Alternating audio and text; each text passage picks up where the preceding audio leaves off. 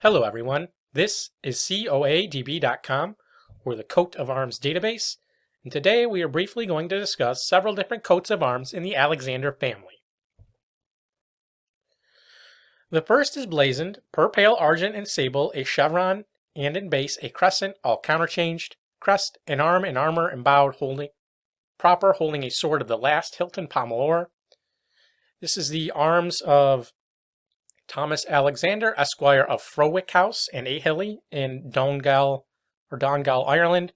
He was High Sheriff of said county in 1852 and is said to descend from Reverend Andrew Alexander, a Presbyterian Minister who left Ireland for Scotland around the year 1618. Next, a similar coat of arms, this with a canton azure, a harp stringed oar, and it also has supporters which are not depicted here. This was for the Earls of Caledon in the county of Tyrone, which was a title in the Peerage of Ireland created in 1800 for James Alexander, a merchant who made an enormous fortune in India.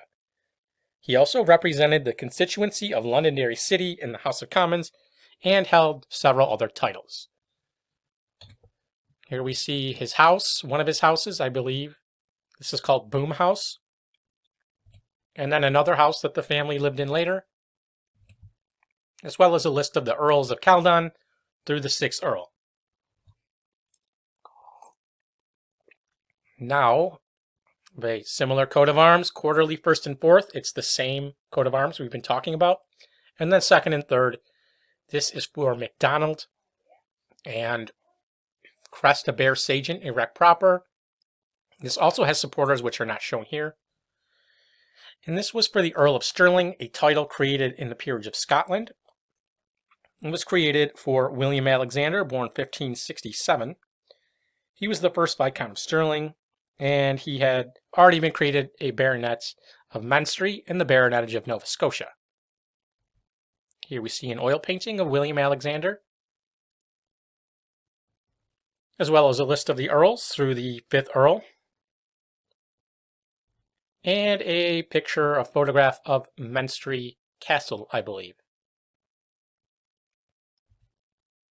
Next, we get to Barry of 10, Argent and Azure, a lion rampant gules holding a battle axe oar, said to have been granted to an individual from Dover, Kent, in the late 1500s or early 1600s.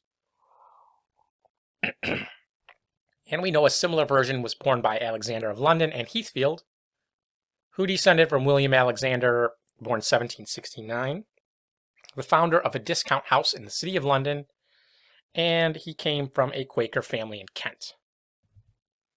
Here we see one of his homes. Another, this is, I believe, Heathfield.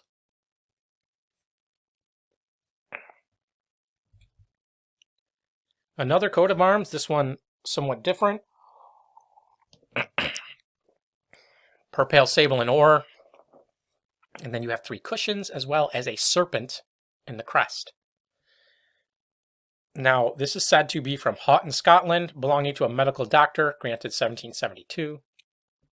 I was unable to find this or confirm who that was. And I was able to come up with some alternatives, and I'm not really sure on these, but if you know, please let us know in the comments and help me with this one.